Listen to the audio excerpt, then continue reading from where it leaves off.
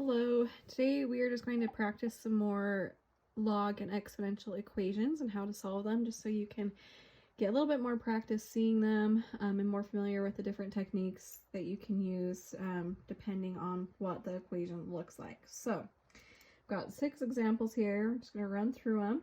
They are similar to the ones we did last time, so we'll be using, like the principle of log equality. We'll be condensing or expanding, going from log form to exponential form or exponential form to log form, but just some more practice with that. So this first one, we see we have a log equal to a number where x is inside this logarithm. Whenever you have x inside the logarithm, the only way to solve for it is to go to exponential form, because doing that is going to get the x to a place where you can actually isolate it and solve for it. So if I want to go to exponent form, we're first going to look at the base of the logarithm, which the base here is a little base 3. That is going to be the base of our exponent. And then the number that it's equal to, whatever is over here, is going to turn into the exponent. So I'm going to put this 3 as the exponent. And then it's going to be equal to what was inside the logarithm, so the 2x minus 1. But going from this log form to this exponent form and rearranging things, I can now get to my x by getting rid of this minus 1 and this times by 2. So now it's somewhere where I can actually solve it. We do have this 3 to a power of 3 here, which, since that's just a number, we can get what that is. So 3 times 3 times 3 is 27. So I have 27 equals 2x minus 1. I move over here, I have more space. So if I'm trying to solve for x, now I would want to add that 1 over. So if I add the 1, those cancel, and I get 28 is equal to 2x. And then now to get rid of that times by 2, we divide by 2, and 28 divided by 2 is 14. And then we do always want to check that we don't get an extraneous solution. So remember, with logarithms, we have that domain error where we can't have a negative number or 0 in the log. So if I plug 14, I just need to make sure it's not equal to 0. So I plug 14 in, I get 2 times 14, which is 28, and 28 minus 1 is 27. So we're good. It doesn't equal 0 or a negative number. Okay, let's look at number 2. Notice on this one I have a log on each side, and they're both a log base 7. So whenever we have that scenario where there's a log of the same base on each side of the equal sign, we can use that principle of logarithm equality. So what it's saying is, if I have this log equal to this log, in order for that to be true, the insides also have to be equal to each other. So in a way, it allows us to kind of drop the logarithms and just look at the insides, which makes our job a little bit easier. So I can just take the 3x minus 11 and set it equal to the x minus 3 and just solve for x. So if I want to start solving for x, let's get our x's on the same side. So I'm going to minus x over here so that I get 3x, subtract x is 2x, minus 11 equal to negative 3. Let's add that 11 over so that those cancel, and we get, I'm going to come up here again, 2x is equal to negative 3 plus 11, which is positive 8. And then last step is divide by 2. And 8 divided by 2 is 4. And we're good. And again, we just want to check if I plug 4 in, I don't get a negative or a 0. So 3 times 4 is 12. 12 subtract 11 is 1. So that's positive. We're good. Plug 4 in here. 4 minus 3 is 1. We're good. And that makes sense, right? They should both be the same number when we plug them in. Okay, let's look at this next one. Notice this time we have 2 logs on the left side equal to a number on the right side. So since there's not just one log on each side, we can't do the principle of equality like we did on the last problem. This is going to be more similar to what we did on problem number 1, where we have a log equal to a number. Just right now we have 2 logs equal to a number. So what we want to do is actually use our principles of condensing to try and combine these into one logarithm, which will make it so that we can actually start solving. I also see I have this 2 in the front, and if you remember back to what that represents, this 2 can also be written as a power. on that little group right there. So I'm going to keep this as x plus 4 to the power of 2. And then I also see I have a minus sign here. When I'm condensing, that minus sign is saying to take this group and divide it by the second group. So I'm going to keep 1 log base 3, and I'm going to condense the insides into just one group. So I'm going to take this x plus 4 squared, and it's going to be a division this time since we had the minus sign here. So the x plus 4 squared is going to go on the top, and the 9 is going to go on the bottom, and then that equals 2. So now that I've condensed it, kind of looks ugly, but I can actually start solving by going to exponent form now. So now it's like this first problem where I just want to get this log that's equal to a number. I want to get the x out by going to exponent form. So I see on this one, we also have a log base 3 here. So if I go to exponent form, I'm going to take that base 3, and it's going to be the base here. This number will be the power. So I'm going to have 3 squared, and it's going to equal this whole group right here. X plus 4 squared over 9. Well, we know 3 squared is equal to 9, right? And then if I'm trying to solve for x, I want to start getting rid of all these extra pieces. So the first thing we want to do is get rid of this divide by 9 by timesing by 9 so that those cancel. But then I also need to times by 9 over here. So 9 times 9 is 81. And that will equal what's left over on the right side, this x plus 4 squared. We do need to actually FOIL this. A common mistake I see students do is they just distribute the square and they do x squared and 4 squared. But I really need to do x plus 4 times x plus 4. So don't skip that step or get lazy. I know it's not a step we always want to do, but I'm going to FOIL it and do x times x is x squared. X times 4 is 4x. 4 times x is another 4x. And 4 times 4 is 16. And if we combine those two guys, I'm going to write over here, we'll have x squared plus 8x plus 16 is equal to 81. So now we have a quadratic, an x squared, an x, and a number. Whenever we want to solve for quadratics, we have to get 0 on one side first. So the next step would be to subtract this 81 over, so that I have 0 is equal to x squared plus 8x. And then 16 subtract 81 is negative 65. And then once we have 0 on one side, we're now going to refactor it. So factoring a quadratic, we want to think what multiplies to be negative 65 and adds to be positive 8. And we don't use negative 65 very often, so I'm just going to give you guys the answers. 13 and 5 will make 65, but we do have that negative in there. So I would need one of them to be negative, but I need it to add to a positive 8. So I want to do a positive 13 and a negative 5. So this will factor to x plus 13, x minus 5. And I can always check by doing 13 times negative 5 is negative 65, but 13 minus 5 is 8. So that means I factored it right.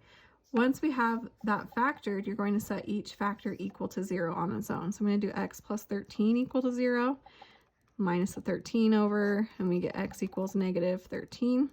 Same with this guy, x minus 5 equal to 0.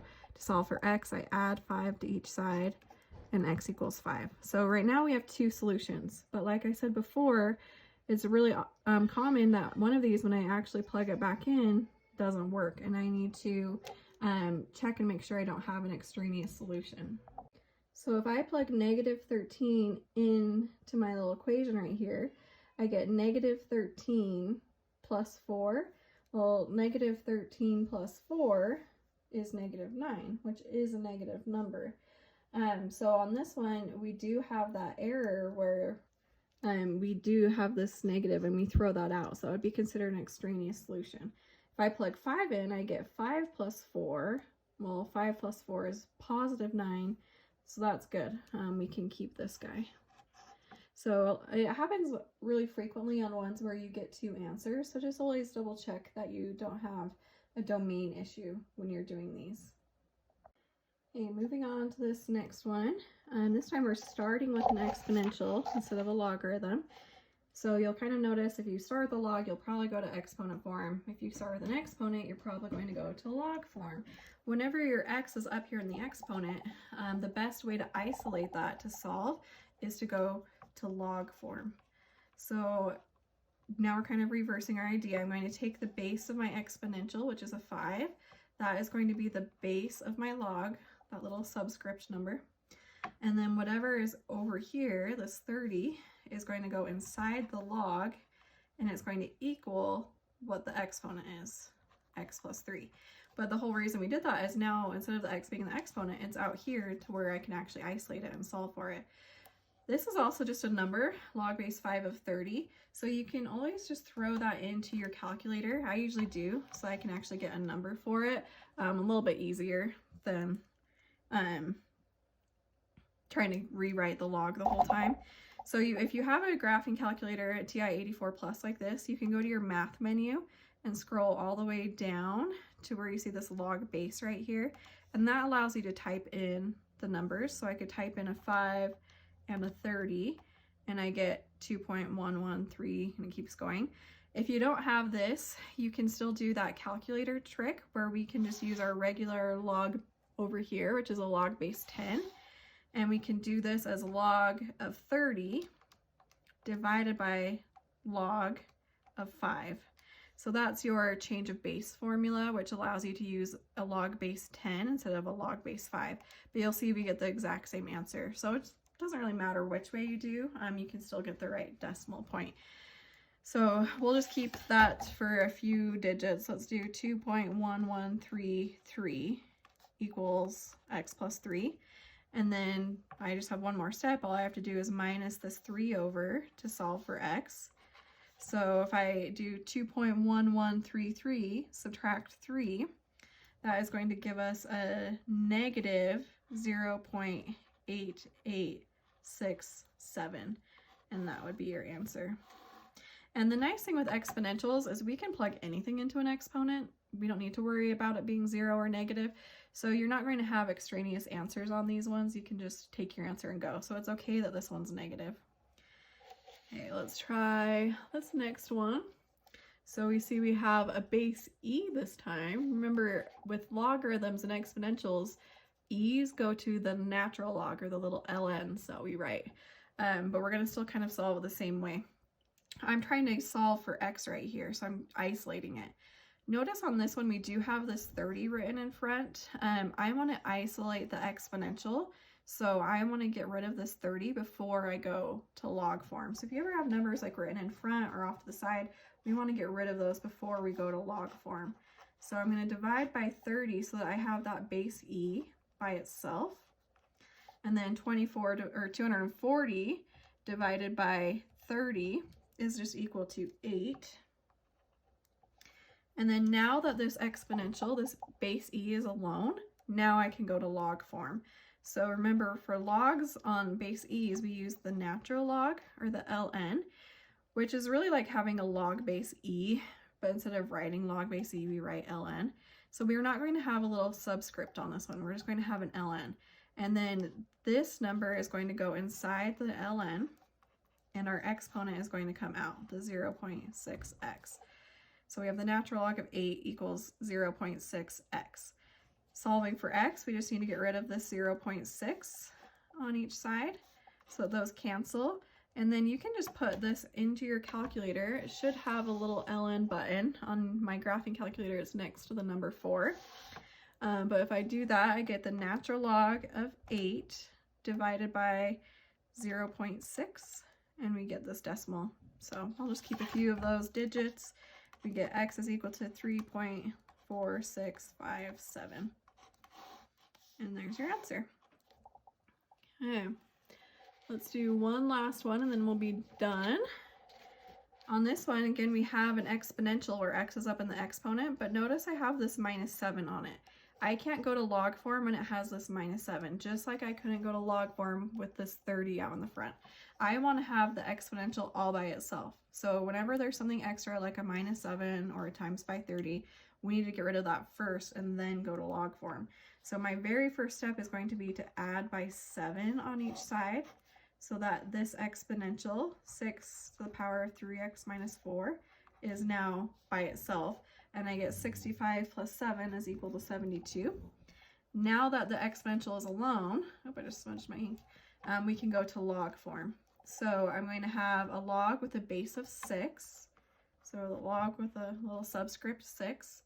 And then the 72 is going to go on the inside, and the exponent is going to come to the outside.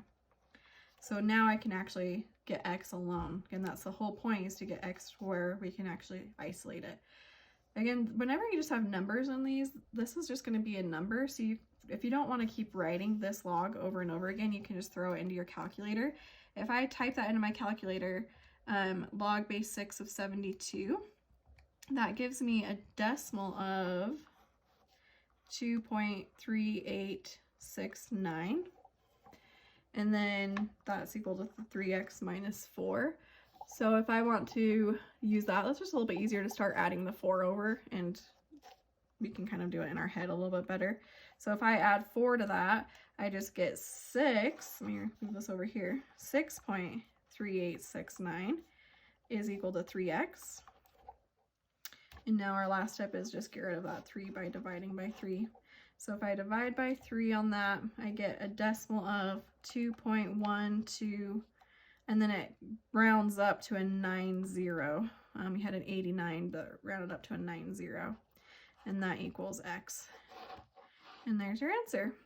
And again, the nice thing about having an exponential is I can plug anything in. I don't need to worry about those extraneous solutions. So hopefully that gives you, again, just a little bit more practice with these solving equations. These are going to be more likely what you would see like on the ACT and stuff like that. So I want to make sure you guys feel good with them and are confident on them, especially with that ACT coming up really soon. But let me know if you guys have any questions. As always, I'm happy to help. Hope you guys are doing well, and I will talk to you later.